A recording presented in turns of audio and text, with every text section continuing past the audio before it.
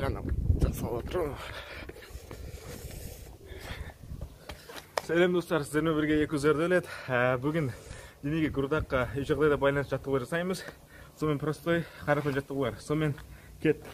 Бұл қазір жаттығымыз дененің үсті жағына арналады.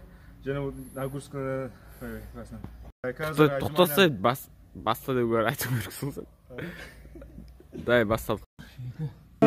Қыранға сырқан атқағып алыстан, қазақтарда даласымен табысқан, қол бастаған батырлар білекті, қарсы шапқан қас жаумен алысқан.